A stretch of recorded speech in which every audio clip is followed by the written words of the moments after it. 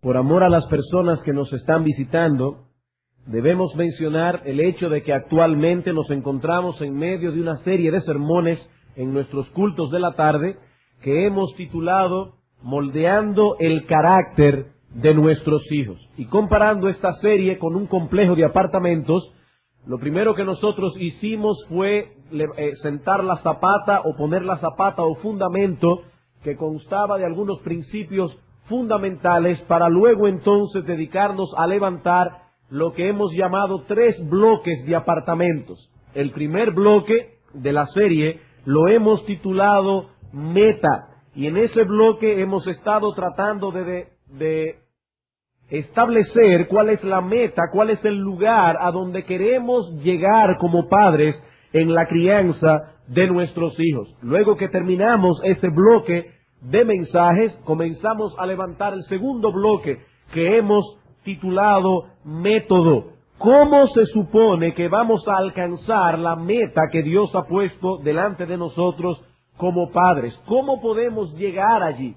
Ya sabemos a dónde queremos llegar. Ahora estamos viendo cómo podemos alcanzar la meta que nos hemos propuesto.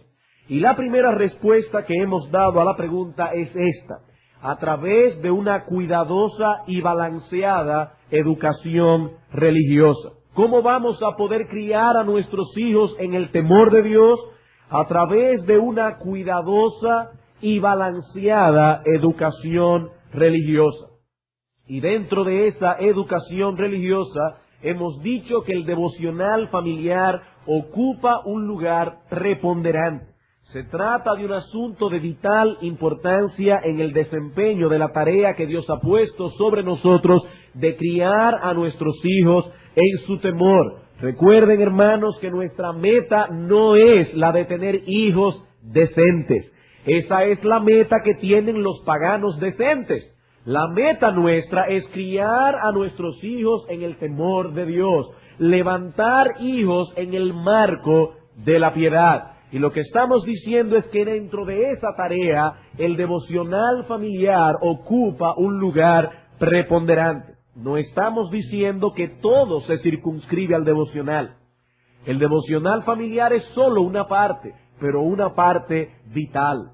Y yo sé que algunos aquí están esperando con ansias que lleguemos al momento cuando daremos algunas directrices prácticas de cómo llevar a cabo el devocional en la casa. Pero hemos preferido comenzar precisamente viendo su importancia. Antes de tratar con el cómo, preferimos comenzar con el por qué. Y lo hacemos así para poder atar la conciencia de los hermanos al cumplimiento de este deber. ¿Por qué es importante que los padres sean fieles en llevar diariamente a sus familias en adoración delante de Dios? ¿Por qué? Hasta ahora hemos visto 2 razones. En primer lugar, dijimos hace unos domingos atrás que la devoción familiar es uno de los instrumentos más antiguos y más eficaces que Dios ha usado para preservar la pureza de su adoración y de la verdadera piedad a través de los siglos. Ya vimos que la adoración en familia fue la primera institución de adoración corporativa que hubo en el mundo. Antes de que hubiese un pueblo al cual Dios se revelara, antes de que hubiese la iglesia, Dios comenzó a ser adorado corporativamente en el seno familiar. La devoción familiar es uno de los instrumentos más antiguos y más efectivos que Dios ha usado para preservar la pureza de su adoración y de la verdadera piedad a través de los siglos. En segundo lugar, dijimos que el devocional familiar ejerce una poderosa influencia en la vida de piedad de cada uno de los miembros de la familia. Todos son alcanzados durante este tiempo. En el sermón de hoy, nosotros veremos algunas razones adicionales. Y espero en el Señor poder concluir con esto hoy para poder pasar a algunas enseñanzas prácticas a partir del próximo domingo. El devocional familiar no solo es importante por las razones que han sido dadas anteriormente. He aquí nuestro tercer argumento. El devocional familiar es importante porque es uno de los medios que Dios usa para expandir nuestras capacidades intelectuales. Repito, el devocional familiar es importante porque es uno de los medios que Dios usa para expandir nuestras capacidades intelectuales. Y hemos puesto este punto en el tercer lugar a propósito, porque es más importante lo que hemos visto antes acerca de la piedad. Estos son resultados adyacentes. Pero debemos saber que el hecho de apartar un tiempo diario y específico para estudiar la palabra de Dios y adorar a Dios como familia, eso repercutirá en la expansión de nuestro intelecto. El intelecto es uno de los más extraordinarios dones que Dios ha dado al hombre. El intelecto nos hace ser completamente distintos a los animales. Fuimos creados a la imagen de Dios. Y una de las características que derivamos de esa imagen es el hecho de que somos seres pensantes. Todo lo que Dios ha creado rinde adoración y culto a Dios. Los árboles, las aves de los cielos, las bestias del campo, todo rinde culto y adoración a Dios. Pero solo el hombre puede rendir a Dios una adoración y un culto racional. Hermanos, ¿cuál es el mandamiento más importante de la ley? Según Mateo capítulo 22, versículo 37, el mandamiento más importante de la ley es este: amarás al Señor tu Dios, no solo con todo tu corazón, no solo con toda tu alma, sino también con toda tu mente, con toda tu mente. Todos nosotros, entonces, no solo tenemos el deber de poner nuestro intelecto al servicio del Señor, sino que también tenemos la obligación, la responsabilidad de desarrollar al máximo de nuestras posibilidades las capacidades intelectuales que Dios ha dado a cada uno. El que recibió un solo talento tiene el deber de ponerlo a producir, lo mismo que el que recibió 5 o el que recibió 10. No pediremos al que recibió un solo talento que produzca como si tuviese 5 o como si tuviese 10, pero debemos asegurarnos que ese único talento está siendo desarrollado al máximo y de que está siendo puesto al servicio del Señor. Y lo que estamos diciendo ahora es que uno de los medios que Dios usa para expandir esas capacidades, esos talentos que Dios nos ha dado, es el devocional familiar. Y me imagino que algunos pueden estar pensando en esta noche, ¿pero qué tiene que ver una cosa con la otra?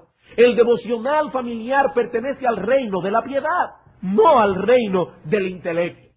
Bueno, yo espero en el Señor que me ayude en este sermón a probar que no es así, que una cosa está íntimamente relacionada con la otra. Y para empezar, debemos decir que la piedad ejerce una influencia directa sobre nuestras capacidades mentales e intelectuales. Proverbios capítulo 1, versículo 7. La piedad ejerce una influencia directa sobre nuestro intelecto, sobre nuestro entendimiento, sobre nuestras capacidades intelectuales. Proverbios capítulo 1, versículo 7. Dice el rey Salomón, un hombre por cierto muy sabio: el principio de la sabiduría es el temor de Jehová. Los insensatos desprecian la sabiduría y la enseñanza. ¿Cuál es el principio? ¿Cuál es el ABC de la sabiduría? Proverbios dice: el temor del Señor. Hasta tanto una persona es llevada al temor del Señor, su mente permanece en tinieblas. Y no importa cuánta información esa persona haya podido almacenar a lo largo de su vida, si no tiene temor de Dios, dice Proverbios 1:7, es un insensato. La verdadera sabiduría comienza, arranca, se inicia, se origina en ese temor. Ambas cosas crecen al unísono. Algunos teólogos opinan que la caída de Adán y Eva, no afectó las capacidades intelectuales del hombre. Pero hermanos, eso no corresponde a lo que enseñan las Sagradas Escrituras. En Efesios capítulo 4, versículos 17 y 18, el apóstol Pablo nos dice que los paganos andan en la vanidad de su mente. Sus mentes producen pensamientos vanos, algunos de ellos vestidos con un ropaje intelectual, pero no por eso dejan de ser vanos. Y más adelante el apóstol Pablo nos dice que estos hombres y mujeres tienen el entendimiento entenebrecido. Viven ajenos de la vida de Dios por la ignorancia que en ellos hay. Son ignorantes de la verdadera sabiduría. Un hombre que solo vive para lo terrenal es un ignorante. Esa es la lección que se deriva de aquella historia relatada por el Señor de un hombre cuyos negocios habían prosperado mucho. ¿Recuerdan en Lucas capítulo 12 a partir del versículo 16? Es indudable que el hombre de esa historia se trataba de un individuo capaz. Su heredad había producido tanto que ya no tenía dónde guardar sus frutos. Y a partir del versículo 17 dice la Escritura, y él pensaba dentro de sí diciendo, ¿qué haré? Porque no tengo dónde guardar mis frutos. Y dijo, esto haré, derribaré mis graneros y los edificaré mayores, y allí guardaré todos mis frutos y mis bienes. Y entonces diré a mi alma, alma, muchos bienes tiene guardados para muchos años. Repósate, come, bebe, regocíjate. Pero Dios le dijo, necio, esta noche vienen a pedirte tu alma, y lo que has provisto, ¿de quién será? Así es el que hace para sí tesoros y no es rico para con Dios. ¿Dónde estuvo la insensatez y la necedad de este hombre? Sus planes eran realmente buenos, excepto por el hecho de que hay un Dios y hay una eternidad, y ninguna de esas cosas estaban en la mente de este hombre. Era bueno para los negocios, pero era un ignorante. La verdadera sabiduría comienza con el temor del Señor, pero este hombre no conocía tal cosa. Dice, Cristo no era rico para con Dios, y ahí estaba su necedad, ahí estaba su necedad. Así que la piedad afecta directamente nuestro entendimiento. Cuando un hombre es traído al temor del Señor, es que comienza a ser sabio, en el verdadero sentido de ese término. No debe extrañarnos entonces al ver que los mismos medios que Dios usa para desarrollar la piedad contribuyen al mismo tiempo al desarrollo de nuestras facultades intelectuales. Todos. Tomen cualquier medio de gracia, cualquiera de los medios que Dios usa para que el cristiano crezca en su fe, y verán que todos involucran el uso de la mente, la lectura de la palabra, la meditación, la oración, todo. De hecho, donde la mente y el intelecto no están envueltos, tampoco puede haber una adoración que sea agradable delante de Dios. Hermanos, debemos ser enfáticos en esto, sobre todo porque el evangelicalismo moderno ha caído mucho en este problema. Tenemos muchas iglesias que lo que hacen es masificar a todo el mundo y crear un ambiente de histeria colectiva. La emoción está envuelta, pero la mente y el intelecto es dejado fuera. Esa es una adoración pagana.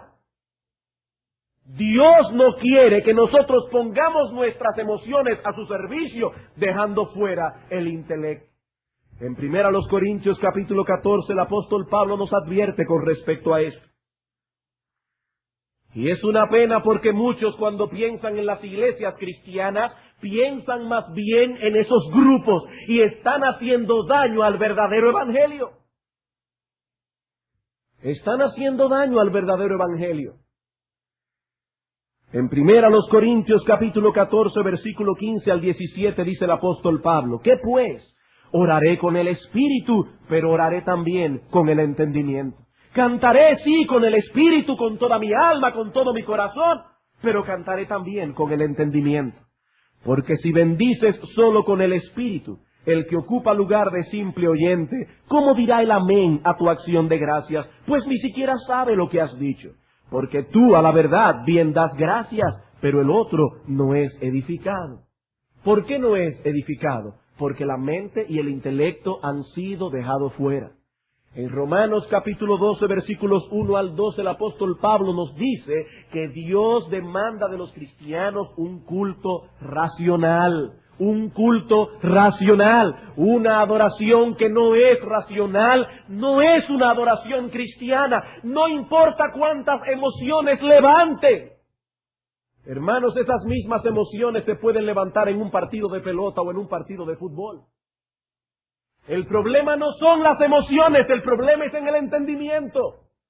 En la parábola del sembrador, Cristo dice que la semilla de la palabra, cuando es predicada, es sembrada en diferentes corazones, en diferentes terrenos. Algunos son tierra mala, otros son tierra buena.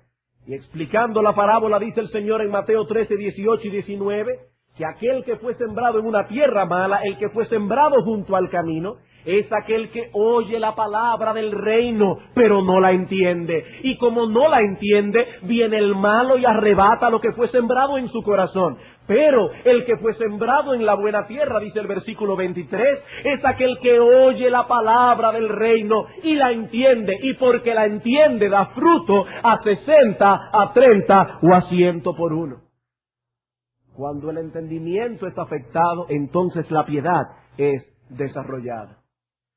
Hermanos, cada vez que nuestros hijos participan del devocional familiar, estamos contribuyendo a desarrollar su piedad y por ende el intelecto. El intelecto. Claro, lo importante es la piedad, no el intelecto, pero tenemos que desarrollar uno para que pueda desarrollarse el otro.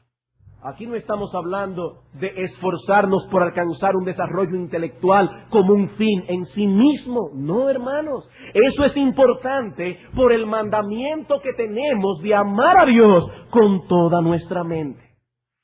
Todo aquello que tienda a embotar nuestras capacidades intelectuales debe ser evitado por todo cristiano. Eso es un mal uso y aún un abuso de ese don que Dios nos ha dado por gracia, la capacidad de razonar y de pensar. Del mismo modo, todo aquello que contribuya a expandir esas capacidades debe ser responsablemente utilizado. El hecho de que nuestros hijos y aún nosotros mismos nos expongamos diariamente a las Escrituras, eso contribuirá a alcanzar ese fin. No olviden que esta palabra es la palabra inspirada de Dios, que posee el verdadero conocimiento. Dios ha revelado en ella su voluntad, nos ha revelado su mente hasta donde nosotros podíamos entenderla. Por lo tanto, exponernos a la palabra con regularidad y exponer a nuestros hijos es ampliar su visión de las cosas. Es ampliar su mente. Los que carecen de ese conocimiento tienen una visión muy corta y una visión muy cerrada de la vida. Son personas que no pueden ver muy allá. No pueden ver muy allá. En el Salmo 119, versículo 130, el salmista dice: la exposición de tus palabras alumbra, hace entender a los simples. Y en el Salmo 19, versículos 7 y 8, dice el salmista: el testimonio de Jehová es fiel, que hace sabio aún al sencillo, y al que es sabio lo hace más sabio. Y dice que el precepto de Jehová es puro, que alumbra los ojos. Alumbra los ojos, expande la mente. Nos da capacidad de ver lo que otros no ven. ¿Saben que hay algunas personas que privan en intelectuales? Y nos dicen que la fe es irracional. Yo no creo, porque mi inteligencia no me da para tanto, para eso. No, hermanos, cuidado. La fe no es irracional. La fe es suprarracional. No está en contra de la razón, va más lejos que la razón. La fe nos permite ver cosas que no se ven. El hombre que solo vive para lo terrenal, sus ojos solo pueden contemplar cosas físicas, pero la fe nos da capacidad para ver cosas que no se ven. Las cosas que se ven son temporales, dice Pablo, las que no se ven son eternas. No, la fe no es irracional, la fe es suprarracional. Llega mucho más lejos de lo que la razón puede llegar. A través del devocional familiar, nuestros hijos entran en contacto con ese conocimiento que ilumina la mente, el entendimiento, aun cuando ni siquiera saben leer, aun cuando ni siquiera saben leer. Yo no sé cuántos de ustedes han pasado por esta experiencia. Yo no soy muy dado a dar testimonios personales, pero pienso que esto puede ser para edificación. Yo no sé cuántos de ustedes han pasado por la experiencia de oír a sus hijos discutir de asuntos teológicos. Cuando los otros niños están pensando en Batman y pensando en muchas otras tonterías, es interesante ver cómo los hijos de los cristianos que están siendo educados en la piedad están pensando en otras cosas. Y yo recuerdo hace algunos años atrás una discusión que hubo entre dos de mis hijos. La discusión era esta: ¿Dios es justo o es cristiano? Uno decía que no, que Dios no es cristiano, porque Él está por encima de eso. Decía, no, Dios no es cristiano, Dios es justo. Hermano, ahí me llena de gozo. Cuando fueron finalmente al Tribunal Superior a decidir el asunto, me sentí gozoso de saber que ellos en sus conversaciones estaban hablando de esas cosas. Hermanos, la devoción familiar expande la mente, expande el intelecto. Estamos exponiendo a nuestros hijos al conocimiento de la palabra de Dios que puede iluminar su capacidad de raciocinio. Pero eso no es todo. Hay otras razones por las que el devocional familiar ayuda el desarrollo del intelecto. Piensen, por ejemplo, en la oración. La oración es una disciplina intelectual. Es una disciplina intelectual. Como bien señala Alexander en la obra Pensamientos sobre la adoración familiar que hemos estado citando. Dice aquí este autor del siglo pasado: ningún hombre puede orar habitualmente si no ha podido obtener el control sobre sus pensamientos y si no ha podido cultivar sus facultades mentales. La oración es un ejercicio, es una disciplina intelectual. El estar continuamente orando expande la mente. Una de las condiciones indispensables para que pueda haber un proceso correcto de pensamiento es que podamos fijar nuestra atención en una cosa. Eso es lo que hace la diferencia entre un genio y uno que no lo es. El genio es un individuo que puede centrar toda su atención, toda su capacidad en una sola cosa. Una persona que no ha sido entrenado a disciplinar sus pensamientos, que no ha sido disciplinado a entrenar su mente, no puede desarrollar su intelecto, aunque tenga capacidades naturales superiores a otros. No puede, no ha sido entrenado. Y a través de la oración familiar estamos contribuyendo a fortalecer esa capacidad en nosotros y en nuestros hijos. Sigue diciendo Alexander: cada acto de oración dirige la mente hacia el más grande de todos los objetos posibles, es decir, Dios. Termina la cita. No solo dirige la mente hacia un solo objeto, sino al más grande de todos. El que acostumbra a pensar en cosas pequeñas, empequeñecerá su mente y pronto comenzará a perder aún las facultades que Dios le dio.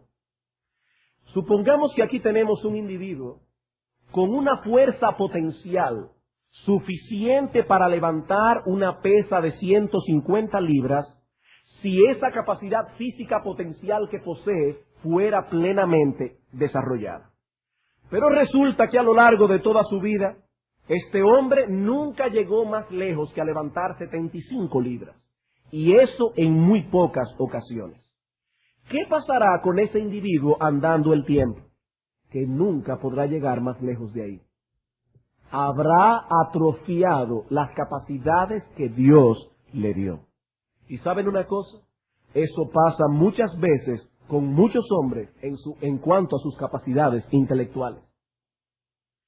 Sus mentes nunca fueron expandidas porque se acostumbraron a dirigir su atención a cosas sin importancia.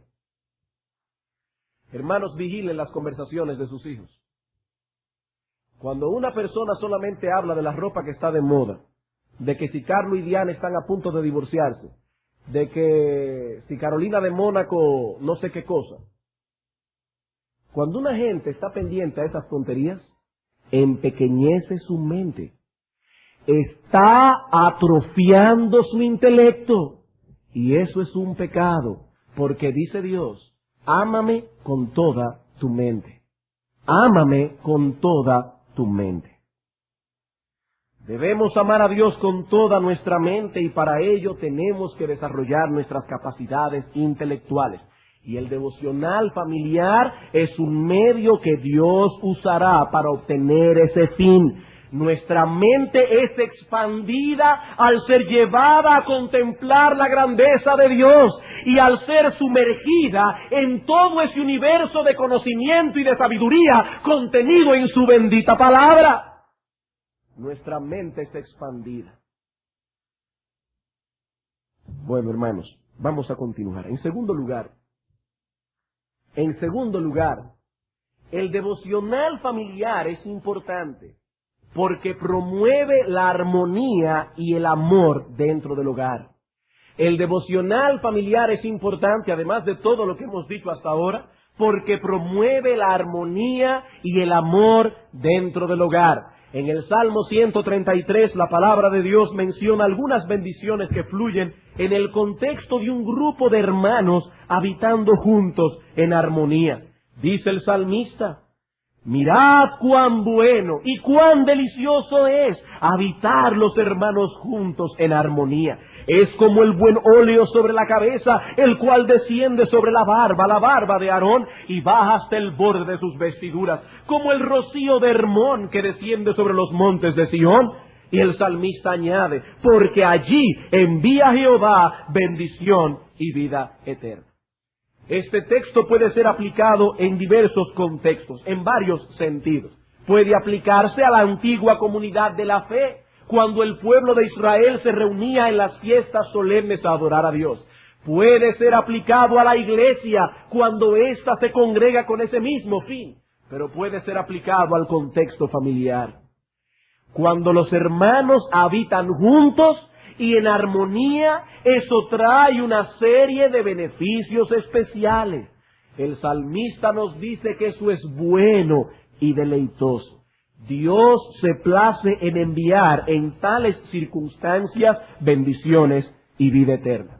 Vivir en un hogar donde se respire este clima de paz y de amor sincero los unos por los otros es disfrutar de una antesala de lo que ha de ser el cielo. Y lo que estamos diciendo es que una de las actividades que promueve esa armonía, una de las actividades que promueve el amor entre los miembros de la familia es el devocional familiar. ¿Y por qué? Bueno, en primer lugar, por el hecho de que esta actividad provee un tiempo diario en el que todos los miembros de la familia tienen que sentarse frente a frente y verse las caras. Y es triste, hermanos, sobre todo en la sociedad moderna, pensar en la cantidad enorme de familias cuyos miembros no pueden disfrutar ni siquiera de un asunto tan elemental. Verse la cara en un momento del día. El padre trabaja, la madre trabaja, los hijos están en clase de inglés, en clase de piano, en clase de chino, en clase... con tal de sacarlo de la casa y dejar a la madre tranquila. Hermanos, es triste. Es triste, pero es así. Es así. Siquiera tener un rato en el día en que se vean la cara. Pero no es solo eso lo que hace que se promueva la armonía en el hogar. Hay muchas familias que acostumbran a reunirse en diferentes contextos y eso no necesariamente hace que se lleven bien. Más bien, cada vez que se reúnen crean un pleito. Pero el devocional familiar contiene ciertos elementos que Dios usa para crear ataduras fuertes unos con otros. Por ejemplo, pocas cosas pueden incrementar más el amor mutuo que el orar unos por otros. El orar unos por otros. Hermanos, si alguna vez tú sientes que el amor por alguien se está enfriando, dedícate a orar por él. Dedícate a orar por él. Como alguien ha dicho, la disensión y la frialdad no pueden prevalecer entre aquellos que suelen llevarse mutuamente delante del trono de Dios en oración.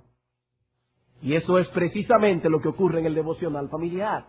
Traemos nuestras inquietudes, traemos nuestras cargas unos con los otros, nos preocupamos unos por otros, nos involucramos orando unos por otros.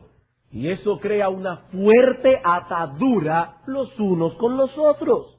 Pero no solo eso, es en ese tiempo también de una manera muy especial, cuando los padres pueden exhibir ante sus hijos sus más íntimas preocupaciones por ellos.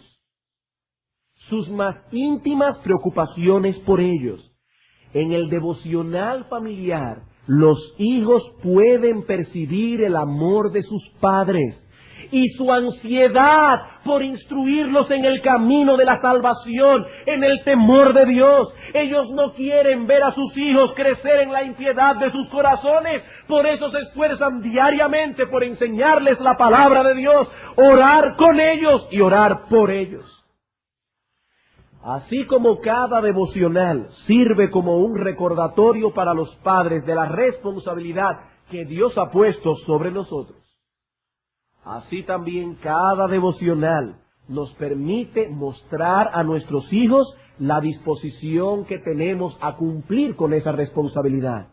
Y ellos saben que lo hacemos por temor de Dios y por amor a ellos. Por temor de Dios y por amor a ellos.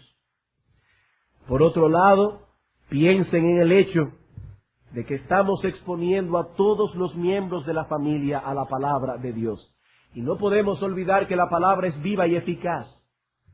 En toda familia, y no me diga que en la suya no, en toda familia hay gérmenes de maldad lo suficientemente fuertes como para generar los pleitos más amargos que podemos concebir. Y si tú me dices que tu familia es distinta, yo me cuestionaría si eres un ser humano. Tal vez eres un ángel que ha bajado del cielo. Pero en toda familia hay gérmenes de maldad, gérmenes espirituales de maldad, lo suficientemente fuertes como para crear los pleitos más amargos que se puedan concebir. Y el Espíritu Santo puede usar su palabra en ese contexto para moderar nuestras pasiones y traernos al arrepentimiento cuando tal cosa sea necesaria. No existe un árbitro más justo para mediar en cualquier situación que la palabra de Dios. La palabra de Dios. Aparte de que cada día tenemos que venir todos en adoración delante de Dios. Y si hay en medio nuestro un problema sin resolver, nos veremos compelidos a tratar con el asunto antes de presentarnos delante de Dios. Por eso una de las cosas que recomendamos a los esposos es: oren juntos antes de acostarse. Oren juntos. ¿Por qué? Ustedes saben lo fuerte que es todas las noches saber que nos vamos a presentar los dos delante del Señor. Si hay un problema, van a tener que resolverlo. Oren juntos, oren juntos. Y si debido a nuestro orgullo no resolvimos el problema y ya llegó el devocional, es probable que el Espíritu use la palabra como una espada para reprendernos. Nos sentiremos muy mal. Pero hay algo más. La palabra de Dios tiene mucho que enseñarnos en cuanto a nuestras responsabilidades como miembro de una familia. No importa el lugar que ocupemos en ella. Por medio de la palabra la piedad será promovida. Y cuando la piedad es promovida, los padres son mejores padres, los esposos son mejores esposos, las esposas son mejores esposas, los hijos mejores hijos, etc. Y en la medida que eso ocurre, así se acrecienta también la armonía entre ellos. ¿Por qué hay problema en la casa? ¿Porque el esposo no está funcionando como esposo? ¿O porque la esposa no está funcionando como esposa? ¿O los padres no están funcionando como padres? Y no culpen a sus hijos, ellos son el producto de ese desastre. Por eso se dice que son mal criados, los criaron mal, la culpa es de los padres. Es verdad que hay una maldad y hay una responsabilidad en ellos, pero el problema está en que los padres no han sabido moderar la necedad. Dice la Escritura, la vara, la necedad está ligada al corazón del muchacho, y la vara de la corrección hará alejar la necedad en ellos. No uses la vara de la corrección, la necedad crecerá. ¿De quién es la culpa? Por supuesto que el muchacho tiene culpa, pero los padres no son inocentes. Claro que no. Hermanos, hasta los enemigos son traídos a la paz por medio del Evangelio. ¿Cuánto más los miembros de una familia? ¿Cuánto más los miembros de una familia? Tercero y último, bueno, es el número 5 si tomamos los dos anteriores que vimos las semanas anteriores. El devocional es importante porque su influencia repercutirá en la piedad de la iglesia. El devocional familiar es importante porque su influencia repercutirá en la piedad de la iglesia. Y aquí llamamos a la historia de la iglesia como testigo. La historia demuestra esto hasta la saciedad. Siempre que la iglesia de Cristo ha sido fuerte y saludable, se ha caracterizado porque sus miembros toman en serio este deber. El devocional familiar incide enormemente en la piedad de la iglesia, y esto por varias razones. Por un lado, por el hecho de que Dios responderá a las oraciones que se hagan en el seno familiar por el ministerio de la iglesia. Dios responderá a las oraciones que se hagan en ese contexto. Y yo tengo la firme convicción de que las bendiciones, cuando se reciben bendiciones, que se reciben en la iglesia domingo tras domingo, son una consecuencia directa de las oraciones de los hermanos. Y es probable que cuando lleguemos delante del tribunal de Cristo, a algunas familias de la iglesia se les den coronas mayores que las que se va a llevar el pastor, porque quizás aquellos fueron más fieles orando por él. Hermanos, líbrenos Dios de perder ese sentido de dependencia en él. Líbrenos Dios. Es refrescante para un pastor, y ustedes no saben cuánto, saber que su gente está orando por él y por su ministerio. Alguien dijo una vez que una iglesia que ora hacen que el ministro predique, refiriéndose obviamente a una predicación con la unción del Espíritu Santo. El apóstol Pablo mantuvo durante toda su vida la conciencia de la necesidad que tenía de que los hermanos de la iglesia oraran por él.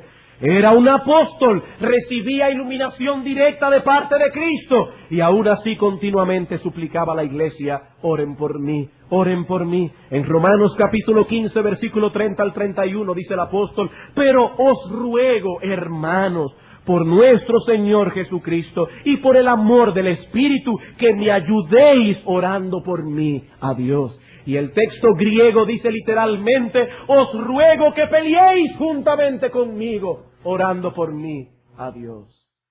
Cuando Aarón y el otro compañero tenían las manos de Moisés levantadas, Israel prevalecía contra los amalecitas. Desde que bajaban la mano de Moisés, el pueblo de Israel comenzaba a perder la batalla. Y el apóstol Pablo está diciendo: hermanos de la iglesia, os ruego que peleéis juntamente conmigo, orando por mí a Dios. En Efesios capítulo 6, versículo 18 al 20, dice el apóstol otra vez, hablando en un lenguaje militar también, de la armadura que debe tener el creyente para pelear contra el diablo. Dice: orando en todo tiempo, con toda oración y súplica en el Espíritu, y velando en ello con toda perseverancia y súplica por todos los santos y por mí, a fin de que al abrir mi boca me sea dada palabra para dar a conocer con denuedo el misterio del Evangelio, por el cual soy embajador en cadenas, que con denuedo hable de él como debo hablar. Pablo dice: hermanos, no descansen en mis capacidades, hermanos, no descansen en el hecho de que yo soy un apóstol, soy un ser humano débil con imperfecciones. Hermanos, no dejen de orar por mí para que pueda predicar la palabra como debo predicarla. En Colosenses capítulo 4, versículo 2 al 4 dice Pablo otra vez: Perseverad en la oración, velando en ella con acción de gracias, orando también al mismo tiempo por nosotros, para que el Señor nos abra puerta para la palabra, a fin de dar a conocer el misterio de Cristo, por el cual también estoy preso, para que lo manifieste como debo hablar. Segunda Tesalónica capítulo 3, versículos 1 al 3. Por lo demás, hermanos, orad por nosotros, para que la palabra del Señor corra y sea glorificada, así como lo fue entre vosotros, y para que seamos librados de hombres perversos y malos, porque no es de todos la fe.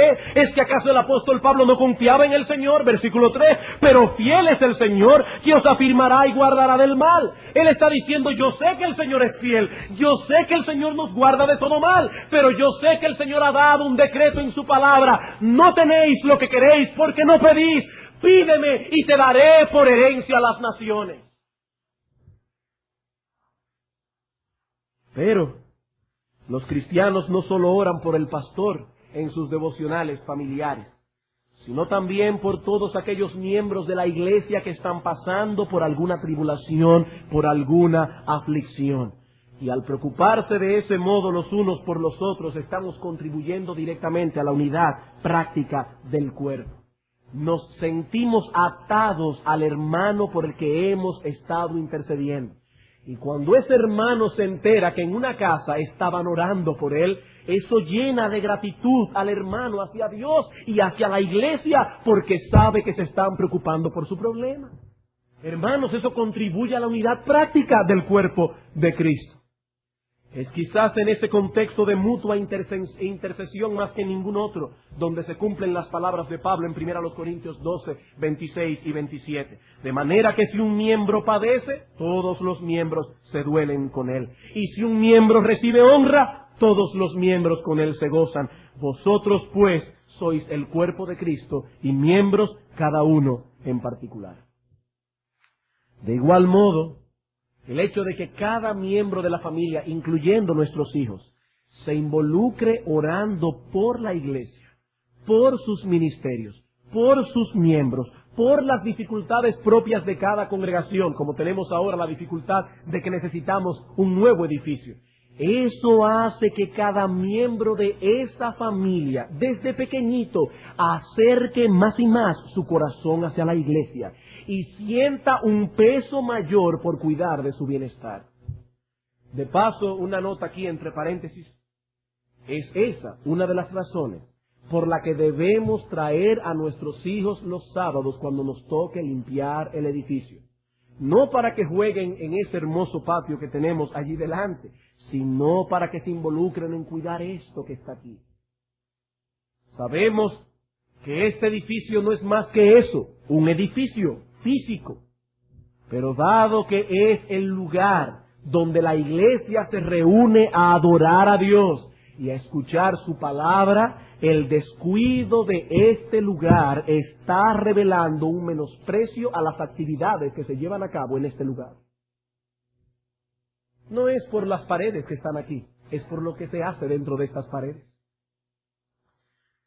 Cuando nuestros hijos perciben en nosotros un interés genuino por proteger los intereses de la iglesia, ya sea al orar por sus ministerios o cuidando el edificio, la planta física donde la iglesia se reúne, estamos enviando una señal correcta a sus corazones. Estamos diciéndoles con esto que para nosotros no existe nada más importante que el reino de Dios y todo aquello que se relaciona con ese reino.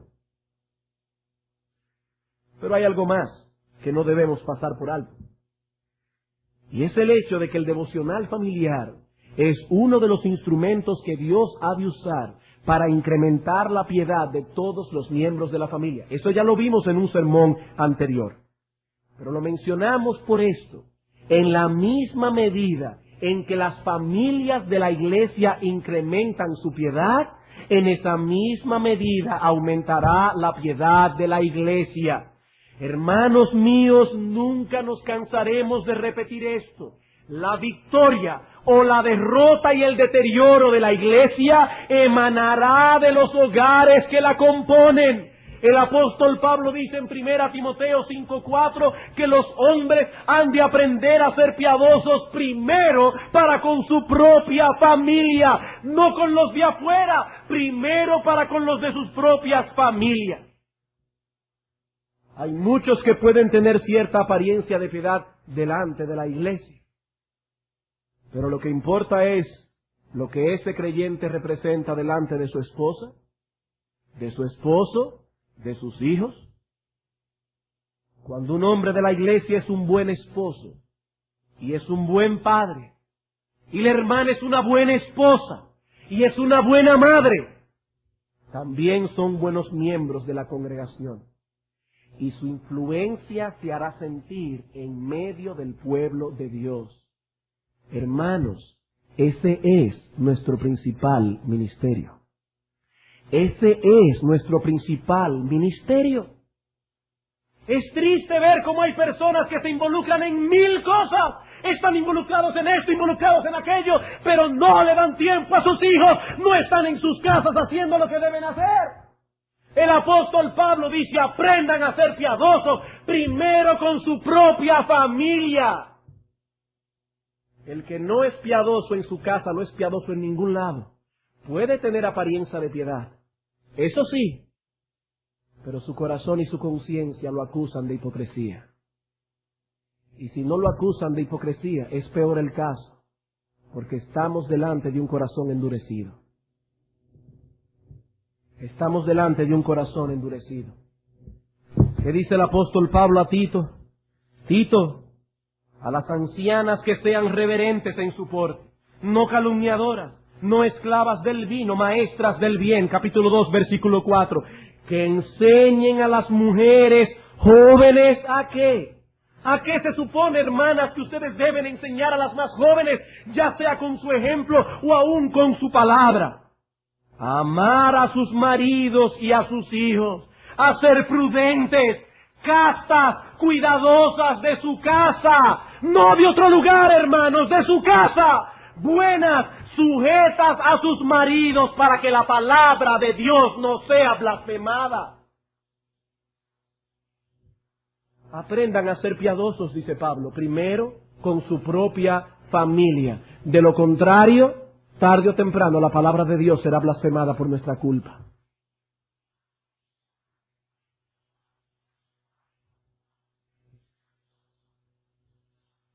No vamos a repetir todo lo que dijimos en aquel sermón acerca de esto, pero no hay un solo miembro de la familia que no sea afectado en su piedad por el devocional familiar, comenzando por el padre que lo dirige, siguiendo con la madre y terminando con los hijos.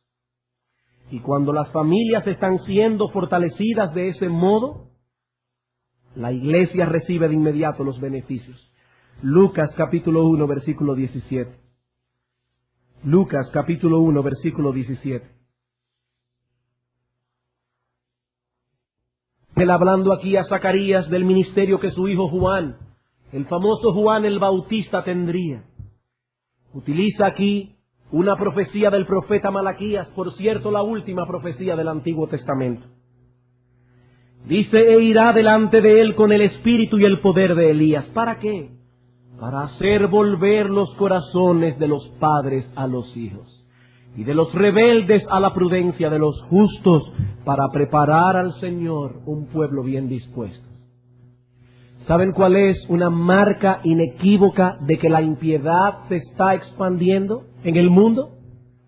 Que los corazones de los padres no están atados a sus hijos. Que los padres salen de la casa continuamente, incluyendo a la madre, y sus hijos se están criando solos. Los está criando la televisión, el servicio, una niñera, pero no los padres. Y dice el Señor aquí que una de las cosas que hace Dios cuando trae un corazón al arrepentimiento y cambia un corazón de piedra por un corazón de carne, es que mueve ese corazón a ocuparse de sus hijos. Pero más aún, dice el Señor aquí que cuando eso pasa, estamos preparando para el Señor un pueblo bien dispuesto. Estamos preparando para el Señor un pueblo que podrá recibir la palabra mucho mejor de lo que nosotros la recibimos. Los niños que reciben día tras día la influencia de una instrucción piadosa también vienen aquí domingo tras domingo más preparados para recibir la palabra y para no ser estorbo a los demás. ¿Por qué? Porque Dios está obrando en ellos dominio propio, porque día tras día sus padres se reúnen con ellos a instruirlos en la piedad. Estamos preparando para el Señor un pueblo bien dispuesto. Bien, hermanos, hubiésemos podido añadir algunos puntos más, como por ejemplo la influencia que habrá de ejercer el devocional familiar en los vecinos o invitados que llegan a nuestras casas providencialmente, o la forma en que este tiempo contribuirá a la preservación de la sana doctrina a través de los tiempos, y aún sin ser pretenciosos, el efecto que esto tendrá sobre la sociedad. Los que quieran expandir este tema, el libro de Alexander habla de esto, un capítulo para cada uno de esos temas. Pero pienso que de un modo u otro, todo esto puede ser derivado de lo que ha sido dicho anteriormente. Hermanos de nuestra iglesia, hermanos amados en el Señor, los pastores de la iglesia tenemos un gran interés en que los miembros de esta congregación continúen llevando a la práctica estas cosas. Y noten que estamos diciendo, continúen llevando a la práctica estas cosas. Porque podemos dar aquí una nota de gozo. Nos gozamos en las visitas pastorales al ver aún hermanos nuevos creyentes, hermanos que se han convertido recientemente al Señor, que están tomando en serio estas cosas. Hermanos que toman diariamente a sus hijos y lo poquito que saben en su inmadurez de fe, lo poquito que saben se lo están traspasando a sus hijos.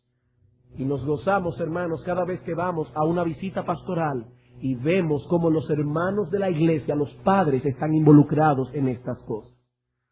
Nos gozamos porque sólo así podremos mantener un compromiso creciente con la santidad y el temor de Dios en medio de una sociedad que se corrompe cada vez más y más, en medio de una iglesia que parece estar cada vez más dispuesta a comprometer sus principios. Hermanos, la apostasía que nos rodea es grande. Es grande. Ustedes no se imaginan cuán grande. Pero no digo esto para dejar en la mente de ninguno aquí un sabor de derrota. Cuando Elías pensó que solo él había quedado, Dios le hizo ver que había un remanente que no había doblado sus rodillas. Dios siempre preserva un remanente, aún en medio de las horas más oscuras, aún en la Edad Media, cuando la Iglesia Católica Romana arropó con tinieblas el Evangelio en el mundo. Dios preservó una iglesia triunfante, y aunque mataron miles y miles de cristianos en la maldita Santa Inquisición, Dios preservó un testimonio de su palabra en el mundo. Porque Dios es fiel y Él ha dicho que preservará un remanente por los siglos de los siglos y que las puertas del infierno no prevalecerán contra la iglesia de Cristo. No, hermanos, no. En el mundo entero hay un remanente fiel. Hombres y mujeres que no han doblado sus rodillas ante Baal. Hombres y mujeres que no se han dejado arropar por la apostasía. Hombres y mujeres que están frenando la entrada de la mundanalidad por las puertas y ventanas de la iglesia. Hombres y mujeres que no han comprometido su testimonio. Hombres y mujeres que están luchando con el modernismo, con el ecumenismo, con todo lo que está minando la piedad de la iglesia cristiana hoy día. No, hermanos, hay un remanente. No hay razón para estar con los brazos caídos, no. Dios es fiel a su palabra y Él ha dicho, las puertas del Hades no prevalecerán contra la iglesia. Pero decimos esto porque tenemos la firme convicción de que si no tomamos estas cosas en serio, hermanos, no podremos disfrutar del privilegio de pertenecer a esa generación de hombres y mujeres fieles. Perderemos el privilegio. Ah, hermanos, Cristo se llevará su candelero de este lugar. Cristo se llevará su candelero. Y cuando nuestros hijos se levanten sin una instrucción piadosa, ellos destruirán la iglesia. Ellos destruirán la iglesia. Hermanos, que Dios nos ayude a mantener ardiendo la llama de nuestro celo por el Señor. Y más aún, que nos conceda el gozo de ver traspasado ese mismo celo en el corazón de nuestros hijos. ¿Saben para qué? Para que ellos sean mejores que nosotros. Para que ellos sean mejores. Vamos a orar.